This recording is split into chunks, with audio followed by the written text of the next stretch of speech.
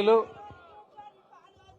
సభాధ్యక్షులు మీ అభిమాన నాయకుడు వ్యవసాయ రంగాన్ని చక్కగా తీర్చిదిద్దినటువంటి పెద్దలు నిరంజన్ రెడ్డి గారికి, గౌరవనీయులు ఇన్ని ప్రాజెక్టులు కంప్లీట్ అయినామంటే కేసీఆర్ గారి ఆదేశాల మేరకు రాత్రింబగళ్ళు కష్టపడి నిద్రలు కాసి అధికారుల దగ్గర గంటలు గంటలు చర్చించి ఈరోజు మన జిల్లా సస్యశ్యామలం కావడానికి, జిల్లా బాగుపడడానికి ప్రధాన కారకుడైనటువంటి గౌరవనీయులు పెద్దలు హరీష్ రావు గారికి, జిల్లా అభివృద్ధిలో ప్రధాన భూమికను పోషించినటువంటి మాజీ మంత్రివర్యులు లక్ష్మారెడ్డి గారికి, గౌరవనీయులు పెద్దలు మాజీ ఐపీఎస్ అధికారి ఒక గొప్ప పేరున్నటువంటి మా నాయకులు ఆర్ఎస్ రవికుమార్ గారికి, పెద్దలు శాసనసభ్యులు విజయుడు గారికి, ఎమ్మెల్సీ నవీన్ రెడ్డి గారికి, మాజీ శాసనసభ్యులు ఆల వెంకటేశ్వర రెడ్డి గారికి, హర్షవర్ధన్ రెడ్డి గారికి, అంజయ్ యాదవ్ గారికి, చిట్టెం రామ్మోహన్ రెడ్డి గారికి, ఇంకా మాజీ చైర్మన్లు శ్రీనివాస్ రెడ్డి గారు, ఇంతియాజ్ గారు, ఎర్రల శ్రీనివాస్ గారు యువ నాయకుడు, శ్రీనివాస్ యాదవ్ గారు, వాల్య నాయక్ గారు, తిరుపతి రెడ్డి గారు, అదేవిధంగా ఇక్కడ ఉన్నటువంటి పెద్దలకు, వేదిక ఉన్నటువంటి నాయకులకు, హనుమంత్ గారికి, మన ఇబ్రాహీం గారికి, పెద్దలందరికీ పేరు పేరు నమస్కారం. ముఖ్యంగా ఈ గ్రామ పెద్దలకు పట్టుదలతో ఎవరికి భయపడకుండా 100 రోజులు కాదు 1000 రోజులైనా దీక్ష చేస్తాం, మీరు అండగా ఉంటే ఎవడన్నా వస్తే బద్దలు కొడతామని చెప్పి ధైర్యంగా దీక్ష చేస్తున్నటువంటి మీకు పాత్రికేయ సోదరులందరికీ పేరు పేరు నమస్కారం. ఈరోజు హరీష్ అన్న గారు ఎమ్మడి మా నిరంజన్ అన్నమడి వస్తుంటే ప్రాజెక్ట్ కట్టక ముందు సర్వే చేసేటప్పుడు ఇదే దారిలో వచ్చినప్పుడు ఎటు చూసినా ఇటు చూసినా అటు చూసినా ముండ్ల చెట్లు తప్ప వేరే పంటలు మాకు కనపడలే. ఎక్కడైనా చెరువు ఉంటే చెరువు కింద అక్కడ కనిపించేది. ఎంత ధరనా అంటే 1,00,000, 2 లక్షలు, 3 లక్షలు అని చెప్పేది అంతే. ఆ రోజు అనుకున్నాం, అరే ఇంత సారవంతమైన భూమి ఉన్నా, నీళ్లున్నా, నదులున్నా, మన కళ్ళ ముందర ఉప్పొంగి సముద్రంలో కలిసిన ఈ పాలకులు, ఈ దరిద్రులు ప్రాజెక్టులు కట్టక మనల్ని వలసబోయేటట్టు చేసిండ్రు, మన బతుకులు ఆగం చేసిండ్రు కదా. తెలంగాణ వచ్చింది, తెచ్చిన నాయకుడు ముఖ్యమంత్రి అయ్యిండు, ఇలా వెంట ఉన్నటువంటి నాయకుడు ఇరిగేషన్ మంత్రి అయ్యిండు. మనం బాగు చేసుకోవాలని చెప్పి కన్న కష్టాలు పడి ప్రాజెక్టులు అన్నీ కంప్లీట్ చేసుకున్నాం. ఇంకా నీళ్ళు రాలే, మోటార్లు ఫిట్ చేసినాం, ఆన్ చేసినాం, ట్రయల్ రన్ అయింది, ప్రాజెక్ట్ రిజర్వాయర్లు కంప్లీట్ అయినాయి, ధర భూములు పైకెక్కినాయి.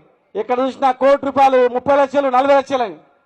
భూమి లేని వాళ్ళు కూడా అన్న నాటేయడానికి పోతే కూడా ₹50 ఎక్కుర్రి, ఇవాళ ₹1000 ఇస్తున్నారు, మేము బతుకుతాం ఇక్కడనే, ఇక వలసవం బతుకుతాం అనేటువంటి భరోసా కలిగించినాం.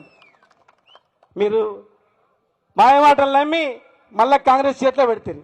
70 ఏళ్ళు ఈ రాష్ట్రాన్ని ముంచినటువంటి పార్టీ చేతిలో, మనల్ని ఆగం చేసిన పార్టీ చేతిలో మళ్ళా మోసపోయి ఓట్లేస్తారు. చూడండి, 2.5 సంవత్సరాలు అయింది. ఈ 2.5 సంవత్సరాల్లో కనీసం మోటార్లను ఆన్ చేసిండ్రా? కేఎల్ఐ ఈరోజు మాట్లాడతారు, పాలమూరు రంగారెడ్డి జిల్లా ప్రాజెక్టు జూరాల నుంచి తీసుకురాలి. జనవరిలో పోతే జూరాల ఎండిపోయింది, కానీ ఇవాళ ఇక్కడ మనం పంపింగ్ చేస్తా ఉన్నాం. ఈ రోజు కూడా కనీసం ఈ సన్నాసులకు ఇంత జ్ఞానం కూడా లేదు. అరే జనవరిలో ఎండిపోయింది, ఇప్పుడు ఇక్కడ పంపింగ్ అవుతున్నాయి, కనీసం మేధావులు కూడా మాట్లాడట్లేదు. ఆన్ చేసిన పంపులు బంద్ అయినాయి, ఆన్ చేస్తే మొత్తం రిజర్వాయర్లు ఉండేటివి, అవి ఆన్ చేయలేదు. ఎస్ఎల్బీసీలో 6 మంది ఇరుకపై లోపల శవాలు ఉన్నాయి, అది కూడా తీయక చేత కాలేదు. ఇరిగేషన్ మంత్రి మహబూబాబాద్ జిల్లాకు వస్తే ఒట్టంలో పంపులు ఉనిపోయామంటే కనీసం తొంగి కూడా చూడలేదు. వీళ్ళ ఈ రాష్ట్రాన్ని బాగుపడే చేసి వీళ్ళ మా జిల్లాను బాగు చేసేది ఒక్కసారి ఆలోచన చేయాలా. ఇలా రైతులు ఎంత గోస ఉంది, రైతులు కన్నీరు పెడతా ఉన్నారు. ఈరోజు అక్కడక్కడ వర్షం నీళ్ళకు మేకలు, గొర్రెలు, బర్రెలు, చేపలు, మా తిరుపతి రెడ్డి గారు ఇంతకుముందు చెప్పిండు, ఇక నిండా చెరువుల్లో చేపలు ఉన్నాయని చెప్పింది. వాళ్ళ ఇంటికి ఆడుకోతే మరి చేపలకు, గొర్రెలకు, అన్ని కులవృత్తులకు ఒక జీవకళ వచ్చింది. రైతు బాగుపడితే అందరం బాగుపడుతున్నటువంటి ధైర్యం వచ్చింది. ఇలా వీళ్ళ 2.5 ఏళ్లలో ఒక్క ప్రాజెక్టు కంప్లీట్ చేయలేదు. మోటార్ ఆన్ చేసి నీళ్లు నింపడానికి చేత కాదు అంట, కానీ ఇక్కడ ఈ గొల్లపల్లిలో చీరపల్లిలో ప్రాజెక్టు కడతారంట. ఎవరి గురించి కడతారు, ఎందుకు కడతారు? ఆ ప్రాజెక్టు మొత్తం నింపిన తర్వాత ఖచ్చితంగా అవసరం అనుకుంటే పంపింగ్ చేసుకుంటారు, కానీ దీనివల్ల లాభం లేదు. కేవలం కాంట్రాక్టర్లను లాభం చేయడానికి, కాంట్రాక్టర్లను బతికించడానికి చేసిన ప్రాజెక్టు తప్ప వల్ల ఏం లేదు. మోసం చేసి అధికారంలోకి వచ్చిండ్రు. ఇలా మన జిల్లా మొత్తం వ్యవసాయం చేసుకుని బతకాలి, మనం వేరే బతుకుతారు లేదు మనకు. ఇప్పటి వరకు 2.5 చేసింది ఏం లేదు. ఇక మిలిగింది ఎంత తెలుసా? ఇంకా సంవత్సరం లేదంటే సంవత్సరంన్నర. వీళ్ళు ఎప్పుడు చేస్తాడు, ఎప్పుడు వీక్తారు, ఎప్పుడు చేస్తారు చెప్పండి? వీళ్ళ వల్ల అదే పని కాదు. ఈడ ఏం బీకలే కానీ కేరళలో చెప్తున్నారు. ఏం చెప్తున్నారంటే తెలంగాణలో రైతు బంధు మొత్తం ఇస్తున్నామని చెప్పారు. ఇస్తున్నారా? తెలంగాణలో 4,000 రూపాయల పెన్షన్ ఇస్తున్నామని చెప్తున్నారు. ఇస్తున్నారాక 2,000 4,000 చేసిండ్రా? కానీ కేరళలో చేసినామని చెప్తున్నారు. ప్రతి మహిళకు 2,500 ఇచ్చినామని చెప్తున్నారు. ఇచ్చిండ్రా? కళ్యాణ లక్ష్మిలో తులం బంగారం ఇచ్చినామని చెప్తున్నారు. ఇచ్చిండ్రా? వీళ్ళ ముఖాలకు పైసలు పెట్టి ఒక యూరియా బస్తాలు కావాలంటే యూరియా బస్తాలు కూడా షాపులలో దొరుకుతున్నాయా? పైసలకే యూరియా బస్తా దొరకపోతే వీళ్ళు ఏం చేస్తారు? కనుక మిత్రులు ఒకటే చెప్తున్నా, మనందరం ఐక్యం కావాల్సిన అవసరం ఉంది, నడుం బిగించాల్సిన అవసరం ఉంది. మన గురించి రేయింబగలు కష్టపడినటువంటి కేసీఆర్ గారు, హరీష్ రావు గారు, కేటీఆర్ గారు, నిరంజన్ రెడ్డి గారు, లక్ష్మణరెడ్డి గారు, మేం ఖచ్చితంగా ఈ జిల్లాను బాగు చేసేది ఈడ వేదిక ఉన్నటువంటి నాయకులు మేమే. వీళ్ళు కాదు. వీళ్ళొక్క ప్రాజెక్టు తేలేదు, ఒక్క ఉద్యోగం ఇయ్యలేదు. వీళ్ళు చేసేది అక్రమ కేసులు తప్ప ఏం లేదు. ఎవ్వరు కూడా కేసులకు భయపడకండి. ఏ కేసు పెట్టినా మన ప్రభుత్వం వస్తుంది.